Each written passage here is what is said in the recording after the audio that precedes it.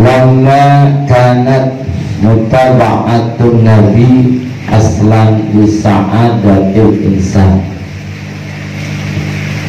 Di bait yang telah terdahulu dikatakan Isla dalila ala tariqil ilah illa mutaba'ata rasuli mukamila.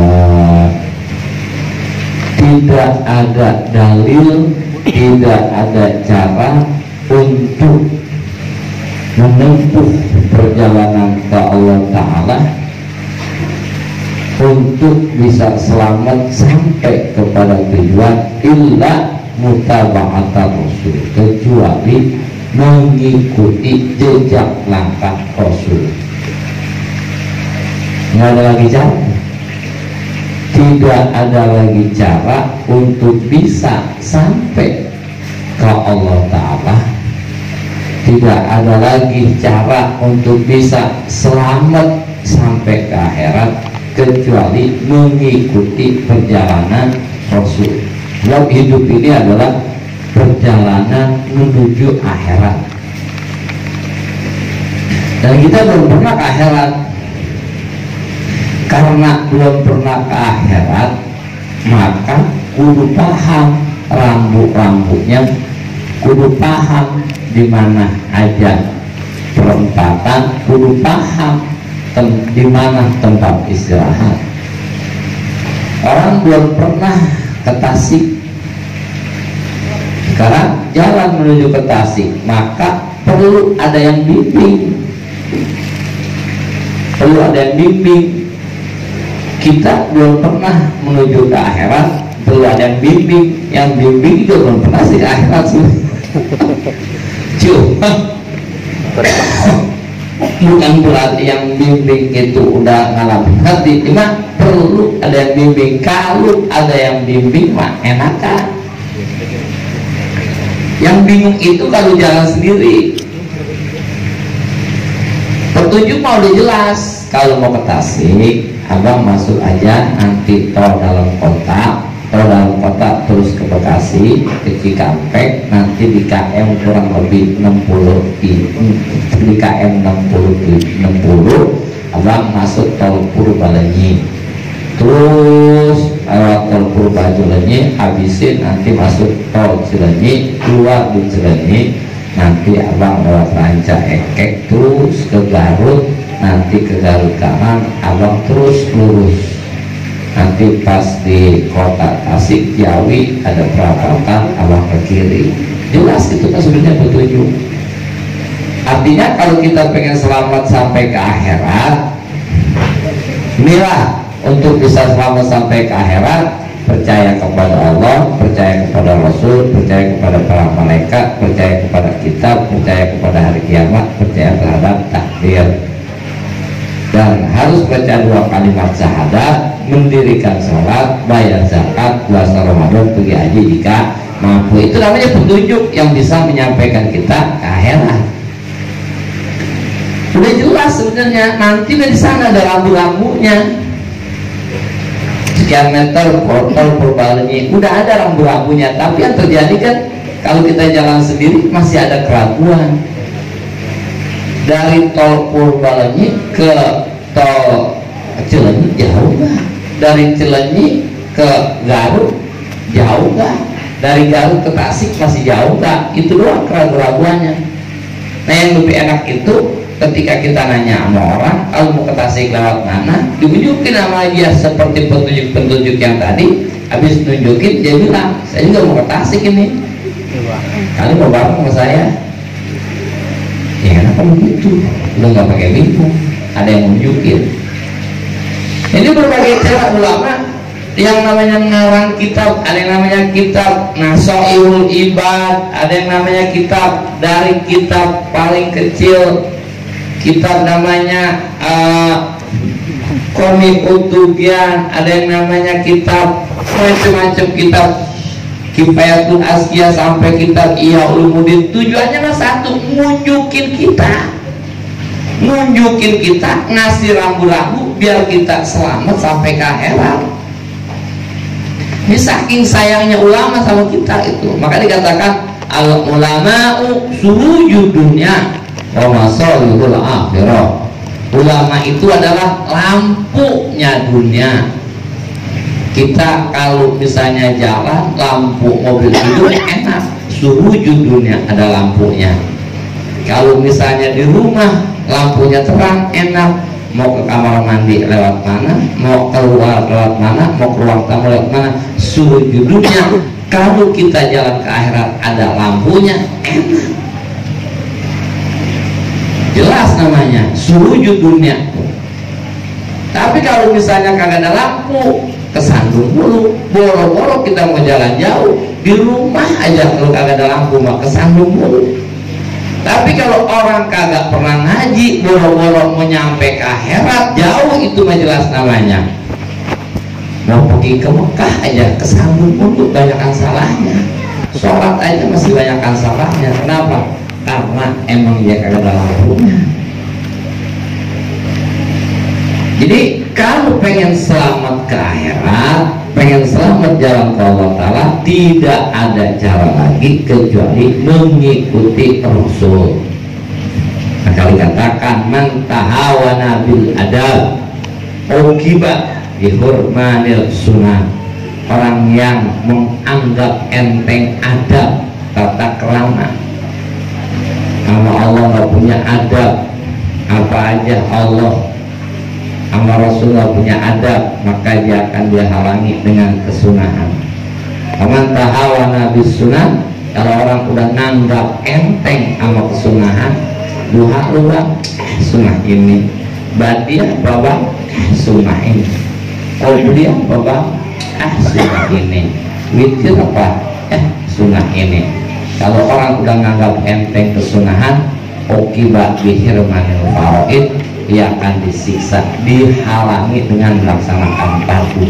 Iya, pertama mak sunnah yang dia tinggalin, terpesona lama-lama bisa fardu yang ditinggalin, bisa fardu yang ditinggalin. Dan orang kalau udah menganggap enteng fardu, udah gampangin fardu, udah menyepelekan fardu, mengaji ya ngaji sih jadi gitu, gua ngaji mulu juga nggak jadi kiai sih, lucu mah. Ngaji mau jadi kiai, ngaji lah biar benar hidup.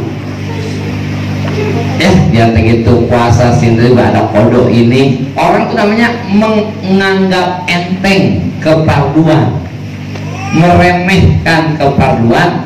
Uqiba bihirmanil ma'rifah, maka dia akan disiksa dengan dihalangi daripada makrifat. Dia udah nggak bisa kenal Allah yang begitu mah. Kenapa nggak bisa kenal Allah Ta'ala? Ama perintah Allah aja udah tinggal, bagaimana mau kenal sama yang perintah? Sama perintah Allah aja dia udah tinggal, bagaimana dia mau kenal sama yang perintah? Orang bisa kenal sama yang perintah kalau perintahnya dilakukan. RT disuruh sama RW nurut dong, nah sama RW mengenal terus apa aja suruh RW dia jalanin, bisa deket kenal sama RW itu. Bab perintah RW dia jalanin. Orang RW kenal perintah sama lurah, apa aja yang disuruh lurah dia jalanin, bisa deket sama lurah. Tapi RT sama perintah RW ngelawan dulu, bang RW nyuruh doang bisa aja, gimana kagak turun, gua jalanin. Bang kata RW begini, gimana pagi sembako gini doang jadi gitu, warga sekian cuma kebahagiaan, sama perintahnya aja juga kagak jalanin, gimana dia mau kenal yang perintah? Maka kalau orang udah menganggap enteng perintah Allah Ta'ala kefarduan, maka nanti dihalangi daripada mengenal Allah. Maka di sini dikatakan lama kanat mutaba'atun nabi aslan, tatkala mengikuti nabi itu adalah pondasi lisa'adatil insan, Manusia kalau pengen bahagia dasarnya adalah ngikutin Nabi, dasarnya lagi cinta sama Nabi. Orang kalau cinta mah apa juga diikutin. Kalau cinta mah dasarnya cinta. Kalau cinta mah apa juga diikutin. Itu merupakan dasar atau fondasi bagi kebahagiaan manusia, sa'adatul insan. Berarti kalau pengen bahagia ikutin Nabi. Wasababan likamalihi, dan ngikuti Nabi itu kedua merupakan sebab bagi sempurnanya si insan. Sempurna dalam hal ibadah, sempurna iman. Kan manusia kan kalau dalam taklim mah dikatakan ar-rajul wa nisfur rajul wala say'a. Manusia itu ada yang laki-laki sempurna, ada yang setengah laki-laki, ada yang bukan apa-apa. Laki-laki yang sempurna itu adalah man lahu ra'yun, orang yang punya pemikiran yang bagus, lalu dia musyawarah dalam setiap perkara. Itu namanya rajulun kamil, laki-laki yang sempurna. Yang kedua, kalau setengah laki-laki itu laki-laki yang punya pemikiran yang bagus tapi nggak pernah musyawarah, setengah laki namanya. Dan yang ketiga, yang bukan apa-apa, udah kagak punya pikiran bagus, kagak pernah musyawarah, kagak tinggal apa itu udah. Ya, yang punya pemikiran bagus tapi nggak musyawarah, kita masih maklum ya, wajar dia orang pinter, dia orang pinter. Ini mah udah geblok kalau sama musyawarah. Kan begitu jasa kita tinggal ngawain doang, tinggal ngarusin doang. Jadi mengikuti Nabi satu, aslan lisa'adatil insan, merupakan dasar kebahagiaan manusia. Dua, wasababan likamalihi, merupakan sebab bagi sempurnanya si manusia. Tiga, warifatan maqamahu, merupakan sebab tinggi martabatnya si insan. Tiga tuh, satu yang kita jalanin upahnya tiga. Satu, pekerjaannya efeknya tiga.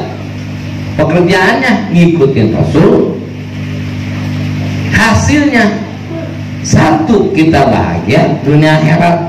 Dua, kita bisa sempurna dunia akhirat. Tiga, kita bisa tinggi martabat kita di dunia di akhirat.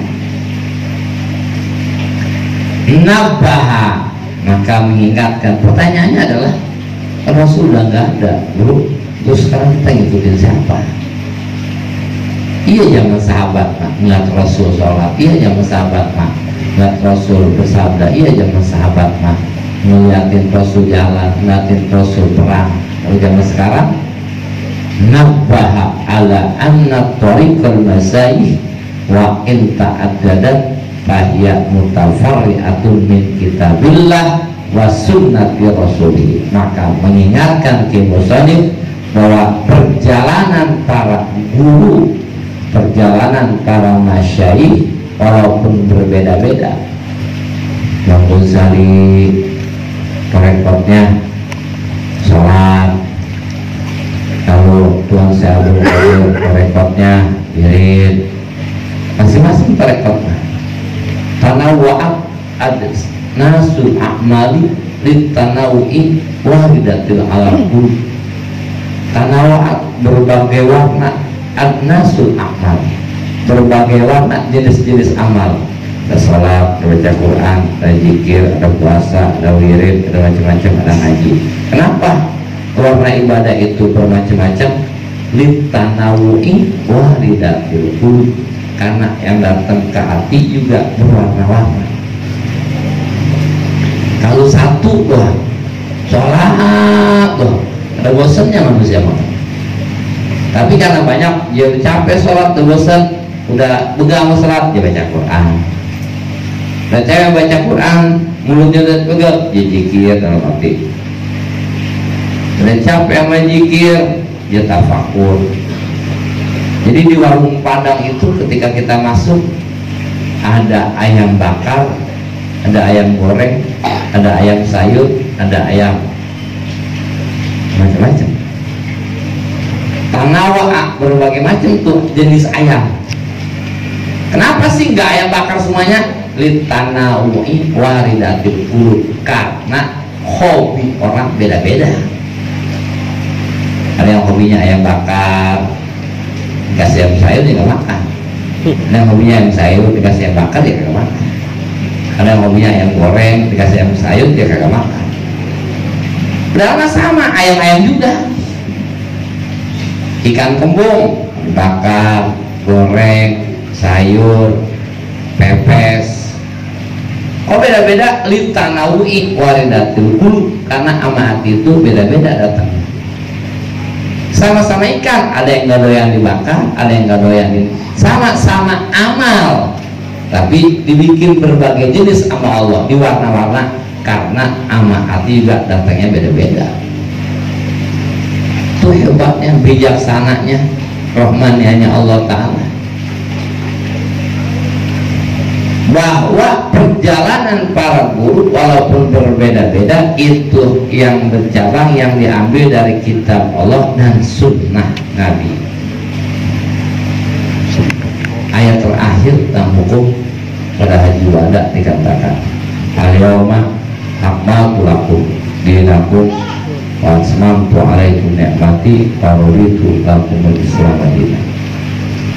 Al-yawma, pada hari ini, akmaltu, aku sempurnakan aku bagi kalian, dinakum, akan agama kalian.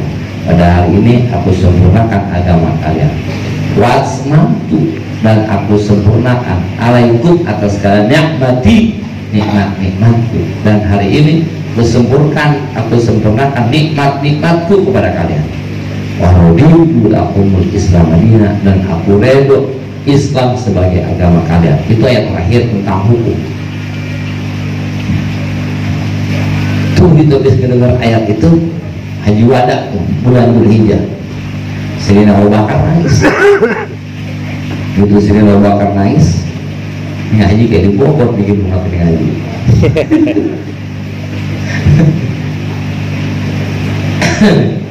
Rumah gua yang pakai jaket situ ngaji kayak di Bogor. Yang namanya Jakarta rasa desa gitu. Terus Sayyidina Abu Bakar nangis tuh. Nangisnya Sayyidina Abu Bakar. Tanya Sayyidina Abu Bakar, masa tapi apa yang membuat kau nangis? Kata Sayyidina Abu Bakar, Rasul dikit lagi nggak ada. Tapi Rasul dikit lagi wafat. Kok bisa ngomong begitu? Karena agama udah sempurna, nikmat udah sempurna, hukum udah sempurna, Rasul udah rapi tugasnya. Kalau udah rapi tugas mau ngapain lama-lama? Ya pulang. Syukur, ini anterin orang kita kue ke rumahnya, dianterin. Hitungnya ini ada kue, kasih kue. Ini pamit tuh mana gue pulang, dan ntar aja besok baru pulang. Naik kantor tugasnya udah rapi, ngapain? Disuruh situ aja, pulang dari tugas mah. Datang ke kantor itu tolong tugasnya rapin, ngerjain itu. Selesai tugas ya pulang. Rasul selesai tugas, makanya turun ayat hari ini aku sempurnakan, aku atmamtu alaikum nikmati, aku sempurnakan nikmatku pada kalian, dan aku redho agama Islam sebagai agama kalian. Berarti udah sempurna, udah selesai tugas. Dikit lagi Rasul pulang. Tembus tuh Sayyidina Abu Bakar, kok bisa tembus? Bersih hatinya. Kalau misalnya hati bersih, tembus. Naik tuh ke lantai 4 pagi-pagi, kelihatan tuh Gunung Salak. Kok kelihatan? Udaranya bersih. Ntar aja siang jam 10 agak kelihatan aja Gunung Salak. Bukan Gunung Salak yang hilang, cuacanya kotor. Kita mah apa juga gak kelihatan, penggelapan kita. Tapi kalau masalah lenong tuh kedengarannya samperin yuk, berangkat udah selendang kain katanya kia di pos ronda lagi mesti radio kalian no begitu-gituan mah cepat kita tangkapnya, tembus tuh. Tapi kalau main begitu lama tembusnya, kayaknya kan gak lama. Zulhijjah, Muharram, Safar, Mulud 3 bulan. 3 bulan dari situ Rasulullah. Kenapa bisa dikatakan sempurna? Al-Imam Ibnu Abbas dalam tafsir Mikbas mengatakan di Al-Quran itu semuanya sudah sempurna. Satu, ada 1000 ayat tentang perintah. Aqimus sholah, dirikanlah sholat, wa'atu zakah, bayar zakat. Terus 1000 ayat tuh perintah Allah Ta'ala dalam Al-Quran, ada 1000 ayat. 1000 ayat tentang larangan. Fala taqul lahuma uff, jangan berkata uff. Fala tanharhuma, jangan muntah. Terus apalagi wala taqrabu zina, jangan zina. Larangan-larangan Allah Ta'ala 1000 ayat. 1000 ayat tentang janji Allah. La in syakartum la azidannakum. Kalau kalian bersyukur, aku tambahkan nikmatku pada kalian. Wa ya sa'alani apa namanya? Wa ya sa'alani ibadi wa idza salaka ibadi fa inni qaribun ujibu da'wata da'i idza da'ani ayujib yastajibuli uduni. Sebenarnya lagi ayat uduni astajib lakum. Perintah janji Allah 1000 ayat. 1000 ayat tentang ancaman. Innal munafiqina fi darkil asfal. Orang munafik di neraka yang paling bawah. Mana lagi ancaman? Wala in kafartum inna azabi lasyadid. Diancam sama Allah 1000 ayat. 1000 ayat tentang kisah-kisah orang dulu, tentang kisah Bani Israel, tentang kisah Samud, tentang kisah kaum Ad, tentang kisah orang-orang Yahudi, kisah-kisah Nabi semua, kisah-kisah orang-orang terdahulu 1000 ayat. Maka Allah bilang fasiru fil ard, fasiru fil ard, berjalanlah di muka bumi, fanzuru kaifa kana akibatul mukadzibin. Coba kalian lihat bagaimana akibat orang-orang yang mendustakan agama. Suruh lihat sejarah kita. Itu di Al-Quran, lihat sejarah Fir'aun matinya bagaimana gara-gara ngelawan agama. Tuh lihat tuh sejarah bininya Abi Lahab gara-gara musuhin Rasul matinya bagaimana. Tabbat yada Abi Lahab wa imra'atuhu hammalatal hatab. Bininya itu suka bawa kayu bakar.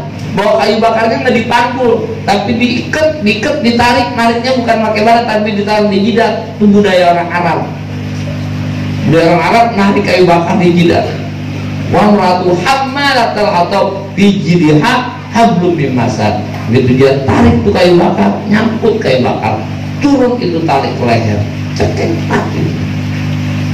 Anzur kaifa kana akibatul mukadzibin. Tuh lihat bagaimana orang-orang yang mendustakan agama. Tuh lihat Namrus yang melawan Nabi Ibrahim, bagaimana matinya? Kalahnya sama semut gelamang doang. Semut yang bersayap, apa namanya itu? Ya Namrus kurang angkuh. Ibrahim dia panggil Ibrahim, man rabbuk? Siapa Tuhanmu? Kata Nabi Ibrahim, Rabbi alladzi yuhyi wa yumiit. Tuhanku adalah yang menghidupkan dan mematikan. Kata Namrus, itu juga bisa mati hidupnya. Panggil 2 orang tawanan, yang satunya mati, satunya nggak mati. Kata Namrus, itu juga bisa matiin, yang satu hidupin. Rabbi Allah Rabbi wa Rabbukum. Terus kata Nabi Ibrahim, Allah adalah yang menerbitkan matahari dari sebelah timur lalu ditenggelamkan di barat, dan esok diterbitkan lagi di timur, tenggelamkan lagi di barat, esok terbit lagi di timur, tenggelamkan di barat. Nggak bisa ngomong.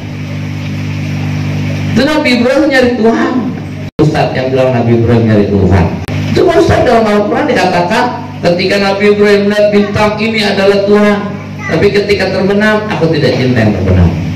Ketika melihat bulan ini lebih besar, ini adalah Tuhan, tapi ketika terbenam Tuhan tidak terbenam. Ketika melihat matahari itu lebih besar dan inilah Al-Tuhan, tapi begitu terbenam aku tidak cinta kepada yang terbenam. Masa Nabi jadi Tuhan, Ustaz? Itu bukannya Nabi Ibrahim lagi nyari Tuhan, itu lagi nyindir kaumnya. Kata Nabi Ibrahim, ini yang mau kata Tuhan. Masa Tuhan terbenam? Begitu ngeliat bulan, ini yang kata Tuhan yang lebih gede lagi. Tapi begitu terbenam, masa Tuhan terbenam?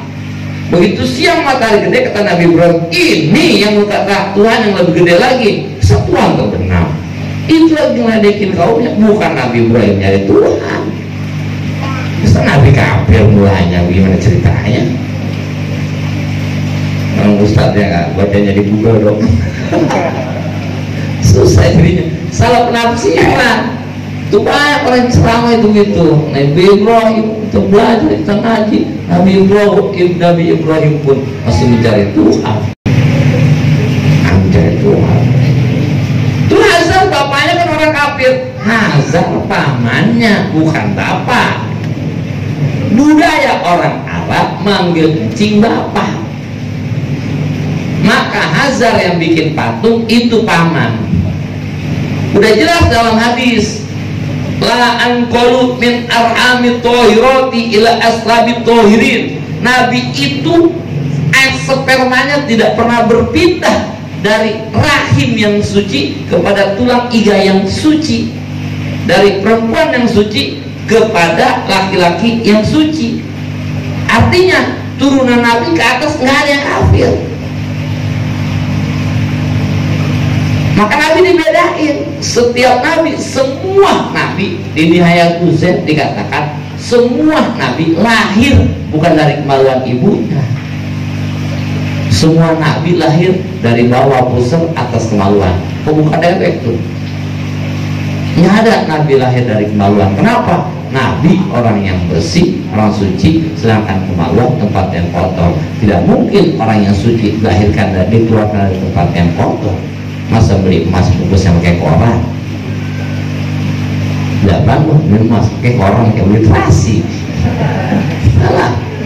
Beli batu cincin juga batu cincin, kalau baca mah cakep tempatnya. Beda sama Kinyang Badur. Kalau beli batu cincinnya Kinyang Badur, mereka kagak pakai tempat. Beli emas cakep tempatnya. Setiap barang mahal cakep tempatnya. Jam tangan yang mahal cakep tempatnya. Handphone yang mahal cakep tempatnya, tapi handphone yang ala kadarnya ya kayak plastik putih kayak kiloan. Jadi ada, maka Nabi terus pindah min arhamit thahirin ila min arhamit thahirati ila aslabit thahirin. Aku tidak pernah pindah dari isi orang wanita yang suci kepada laki-laki yang suci. Nggak ada tuh yang bapaknya kafir, nggak ada. Nah, ada.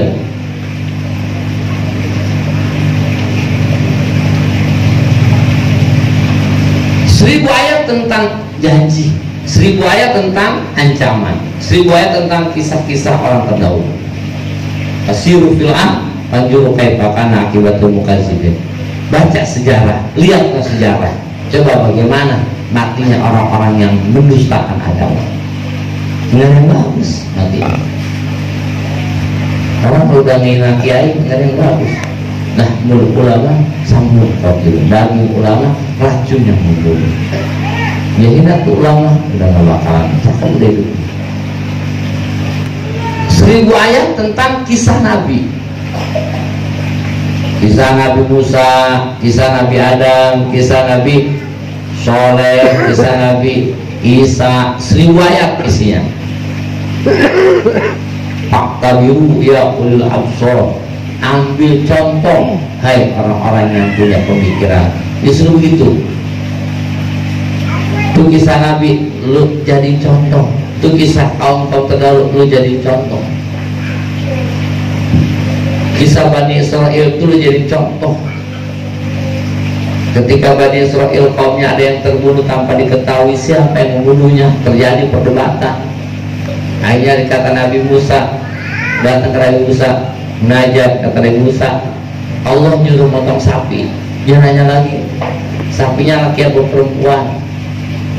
Jelasin sama Nabi Musa, warnanya apaan? Nanya lagi. Tasurun nazirin, warnanya putih, kuning, kemas-kemasan. Terus sapinya yang begini umur berapa? Nanya, belum nanya. Makanya dalam bulan hampir aja dia kagak motong sapi itu. Banyak orang mah memang malu bertanya sesak di jalan, tapi kebanyakan nanya di malu. Itu kisah-kisah Nabi apa sih yang nggak ada di Al-Quran? Kisah apa sih yang nggak ada? Kisah orang-orang yang homoseks ada, kisah yang lesbian ada, kisah orang yang membangkang ada, kisah orang pelit ada tuh si Qarun, kisah orang yang angkuh ada tuh si Fir'aun. Kisah mau apa lagi? Terapi. Kisah orang susah ada tuh Nabi Isa. Nabi yang paling susah, nggak punya rumah, nggak punya apa-apa. Kisah orang kaya Nabi Sulaiman. Kisah kaum yang membunuh nabinya tuh kisah kaum Nabi Soleh, Nabi Zakaria. Ada semuanya. 1000 ayat tentang perintah, 1000 ayat tentang larangan, 1000 ayat tentang janji, 1000 ayat tentang ancaman, 1000 ayat tentang kisah kaum-kaum, 1000 ayat tentang kisah Nabi, 6000. 500 ayat tentang halal haram.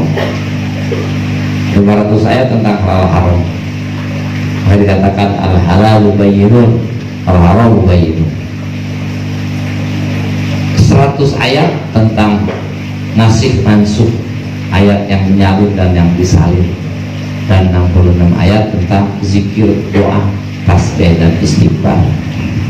Lengkap berdoa. Mau doa apa sih kita? Itu Quran ada. Mau zikir apa? Ada.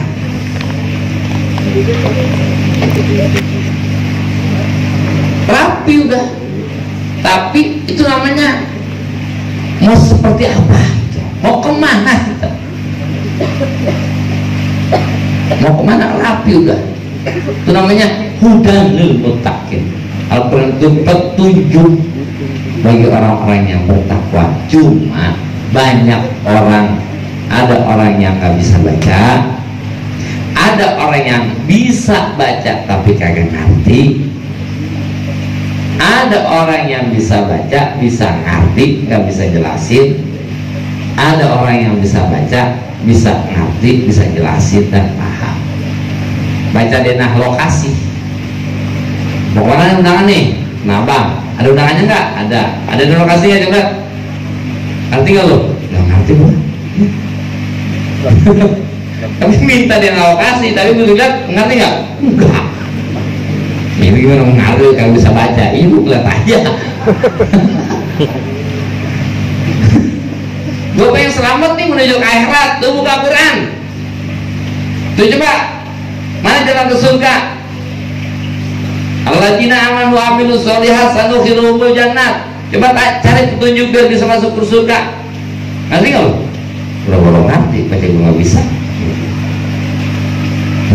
Nggak bisa baca ya?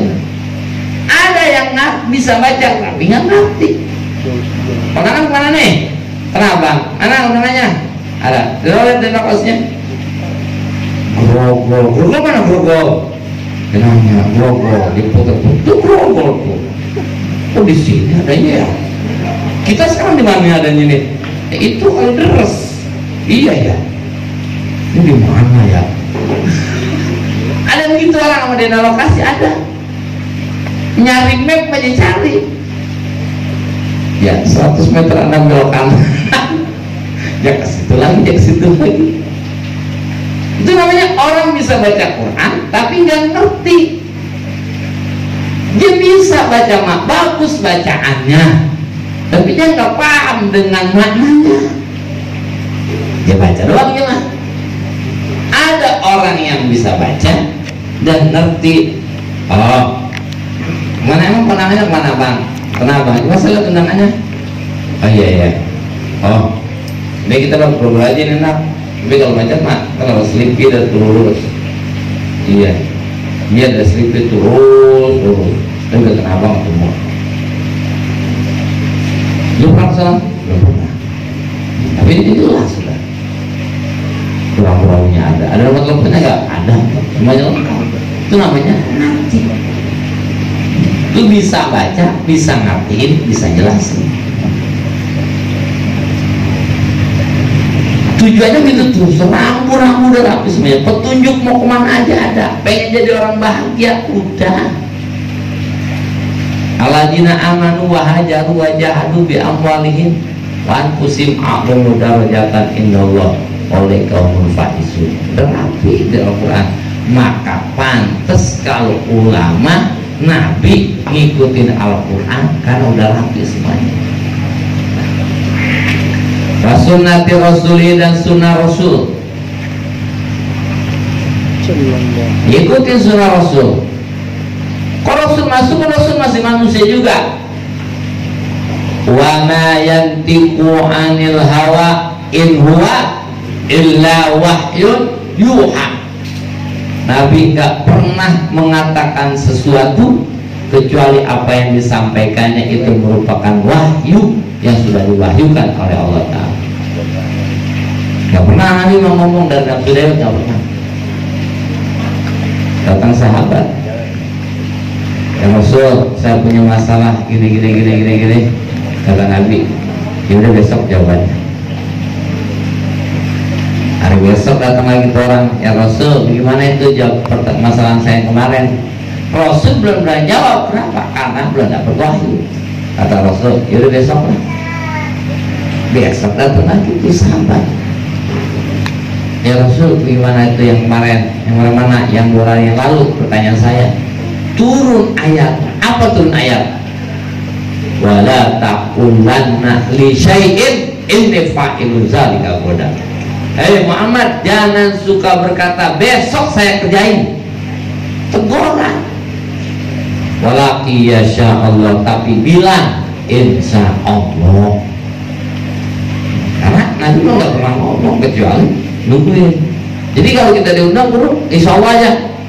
Nih, karena banyak yang salah. Emang udah ketahuan besok hari Minggu diundang.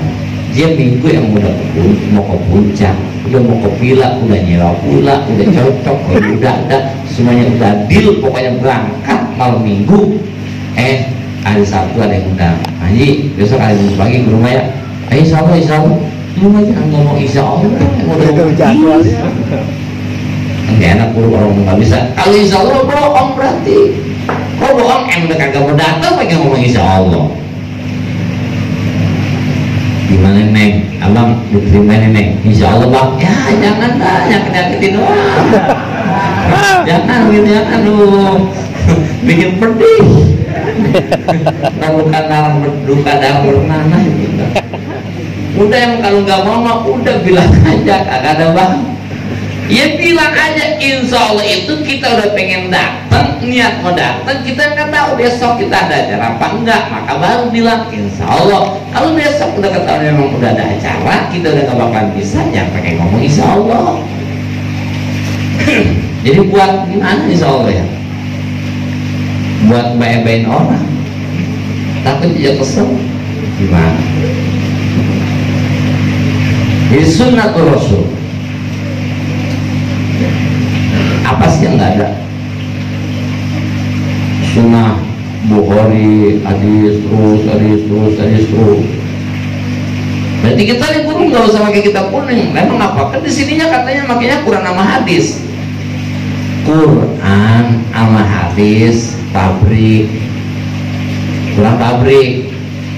Di Quran kita pengen masak Indomie, nggak bisa beli Indomie 1 bungkus ke pabrik. Kita pengen tahu masalah bangkai ikan boleh apa kagak, dicari di Quran, nemu nggak?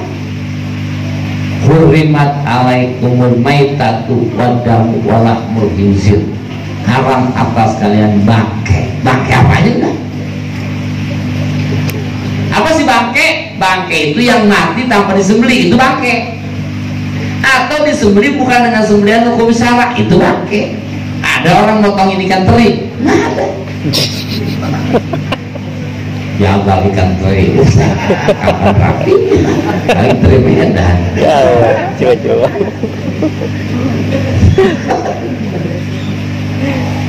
di Quran bangke nggak boleh.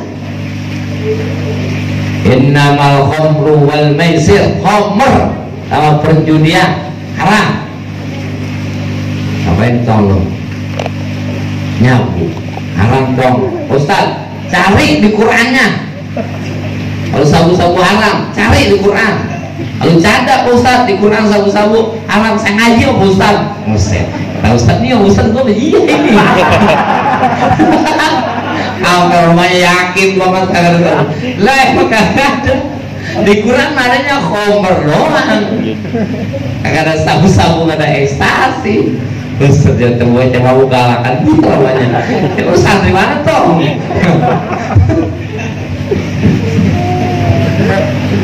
Anjing nggak boleh. Dari mana Pak Ustaz? Quran mana yang ada daging babi doang? Nah ini boleh. Udah udah kalau sama pakai niat. Emang apa? Di Quran mah nggak disuruh niat. Iya kuntum ila shalah faghsilu wujuhakum. Cuci muka. Emang disuruh niat? Nggak ada sih. Itu Quran pabrik. Nah dari pabrik dioper ke distributor. Distributor. Di pabrik di Quran dijelasin sama hadis Nabi bahwa kata Nabi al-bihar, lautan itu halal bangkainya, suci airnya.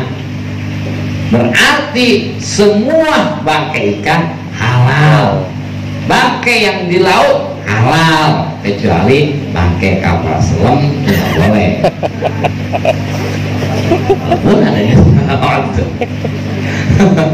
Apa sih ikan? Ikan itu adalah sesuatu yang tidak bisa hidup kecuali di air. Walau ala suratil kalbi, walaupun bentuknya bentuk anjing, tapi dia nggak bisa hidup kalau dia kecuali di air. Ikan namanya. Rajungan ikan. Mermet, nah, mermet dulu, mermet sekarang. Pertanyaan itu harus dibahas pas masail. Bagaimana hukum mermet? Kalau dia nggak hidup di air, kalau dia bisa hidup di air, bisa hidup di darat, bukan ikan.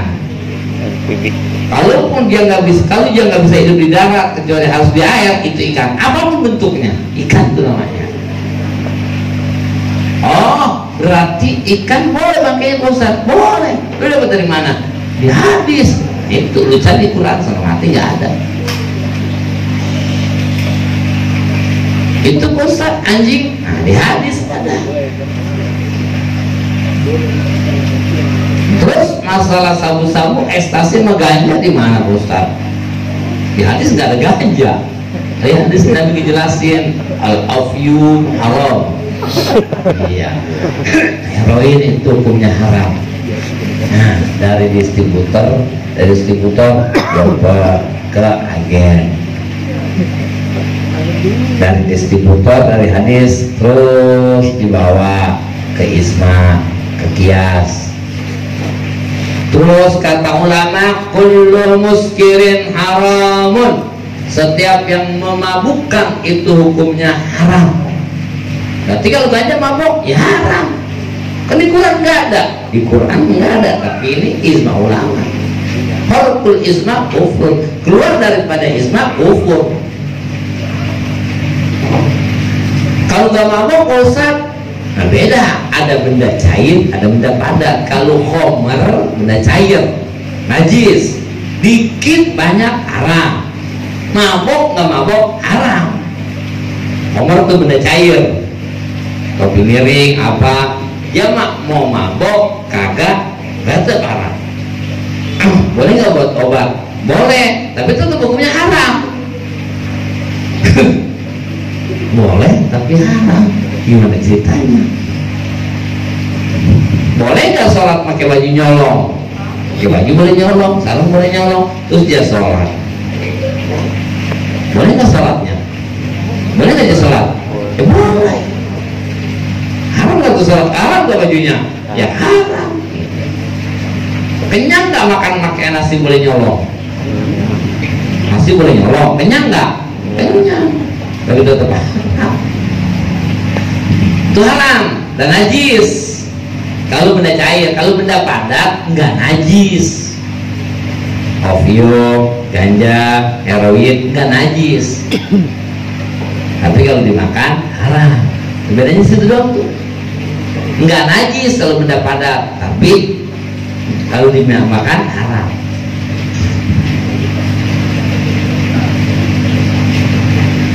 Oh, berarti kalau misalnya di Arab banget adanya onta bro. Iya, saya pengen korban adanya kebo. Gimana ini? Ya, nyari Qurannya kebo nggak ada.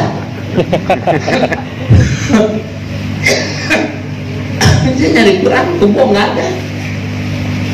Hadis juga Nabi nggak ngejelasin kebo. Gimana ini? Oh, lari ke kias. Jadi kebo itu dikiaskannya ke sapi, berarti boleh. Jadi ke kias lainnya. Dari agen dioper ke pengecer. Di pengecer baru bisa beli Indomie 1 bungkus. Dari Al-Quran dijelasin sama hadis. Hadis loh, kata hadis begini. Innamal a'malu binniyat. Amal itu gimana niat? Ada nggak hadis yang jelasin? Nih, niat wudu nawaitu wudu ala rabbil hadasil asghar.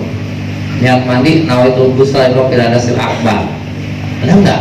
Nggak ada. Itu dari mana kita dapat niat-niat begitu? Dari ulama.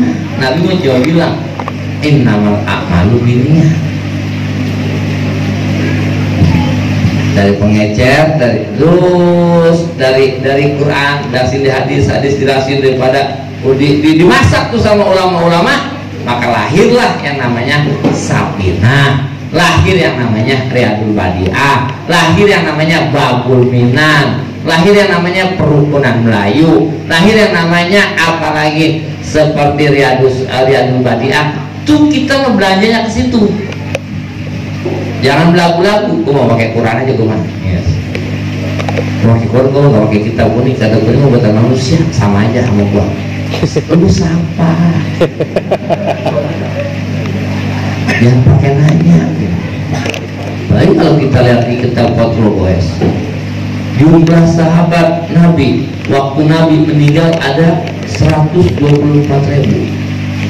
Sama dengan jumlah wali setiap tahun 124.000. Sama dengan jumlah Nabi 124.000. Sama dengan jumlah jenggot Nabi ada 124.000. Protes dia. Ini gitu, ini tuh. Gimana gitu? 124.000. Di Khondatul Bahiyah dikatakan 124.000 itu sama dengan jumlah napas kita yang masuk selama 24 jam, keluar masuk sebanyak 124.000 napas. Gimana ngitungnya?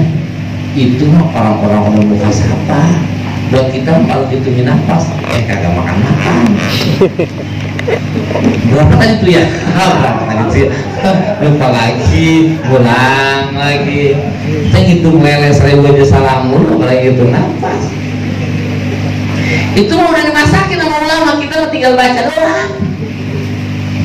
Yang nanumnya ulama, yang nyiramnya ulama, yang mupuknya ulama, udah gede tuh pisang, yang nebangnya ulama, yang ngupasin pisangnya ulama, yang masakin kol ulama, yang masukin ke mangkok ulama, yang nyodorin ke kita ulama. Lu tinggal makan doang. Yang nanya mulu, ini pisang siapa ini? Nanam siapa? Nanam dari mana? Orang-orang pada belum mangkok, lu mesti nanya mulu. Dari mana kita tahu rukun sholat? Itu ulama. Yang jelasin wudu rukunnya ada 6, barunya niat, cuci muka, basuh kedua tangan, ngusap pala dan cuci kaki, ulama. Dari mana kita tahu rukun sholat ada 17? Ulama. Dari mana kita tahu yang membatalkan wudhu? Ulama. Udah dimasakin sama ulama, udah dibikinin kitab tuh Sapina, udah dibikinin kitab tuh Perukunan Melayu. Udah, lu jangan nanya mulu, baca aja. Lu gimana mau ngejelasin itu aja lu nggak bisa, tinggal baca. Itu kita mah enak tuh. Zaman sekarang udah mulai tuh banyak orang yang protes nih, maunya ngaji Quran aja terjemah. Ya jelas lah tuh, PA aja samanya. Jadi ini kita belanjanya begini aja, eceran belanjanya. Jadi mengikuti semua ulama, mengikuti kitab Al-Quran dan mengikuti sunnah. Maka kata Nabi, Harap tupikum amroin, aku tinggalkan di kalian dua perkara. Lau tamasaktum bihima lan tadilu abada. Kalau kalian berpegang teguh terhadap dua perkara itu, kalian tidak akan tersesat selama-lamanya. Kedua tuh, namanya GPS. So apa namanya kapal Garuda MS dari Cengkareng. Take up ya, naik itu take up ya. Hah? Take up ya, menuju King Abdul Aziz. Begitu di atas, kelihatan nggak tuh King Abdul Aziz? Tidak. Bandar King Abdul Aziz waktu jadi atas, kelihatan nggak?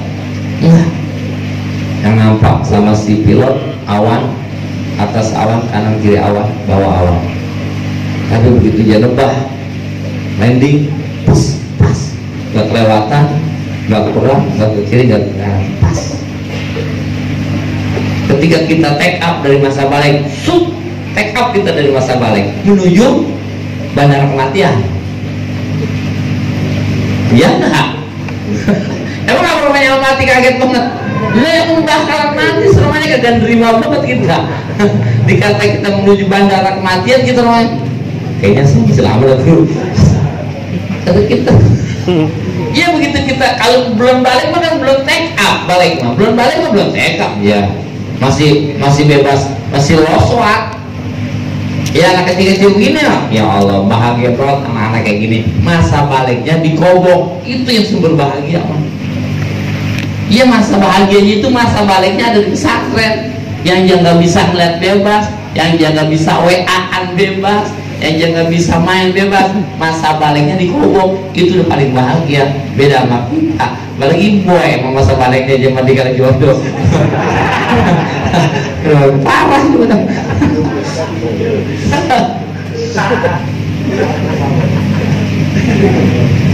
Ya begitu kita take up kita dari masa balik menuju bandara kematian.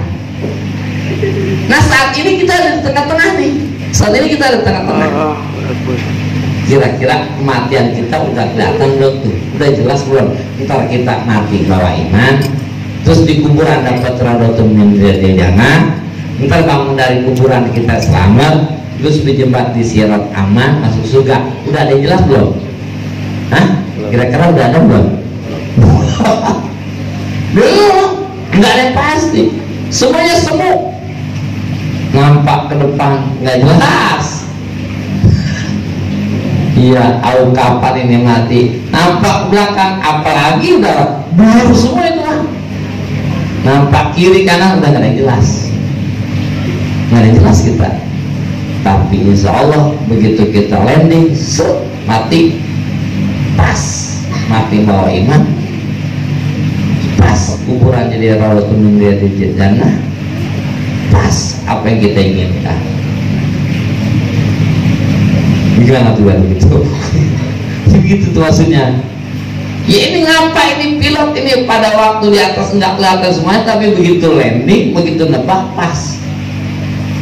Satu, karena sang pilot mengikuti koordinat yang ada.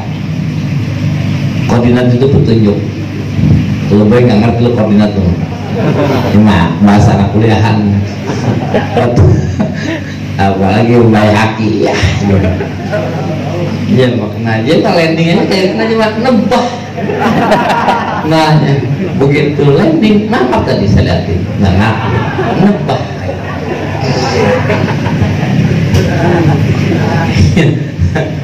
Begitu.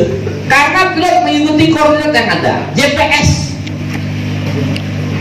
Bang Bujun belum pernah ke Jampang Surade, ke rumah almarhum Mahmud, gitu mau nunggu hari lah sendok jelaunya banjir itu sendoknya tidur saya di mobil tahu-tahu bangun buruk nyampe yang nyampang kandungannya sekali belum pernah ke Solong ya belum pernah ke Jampang kok bisa lepas karena ngikutin petunjuk yang ada Al-Sibul bukan dasar dulu petunjuk 100 meter ke depan kanan aja ke kiri gimana mau nyasar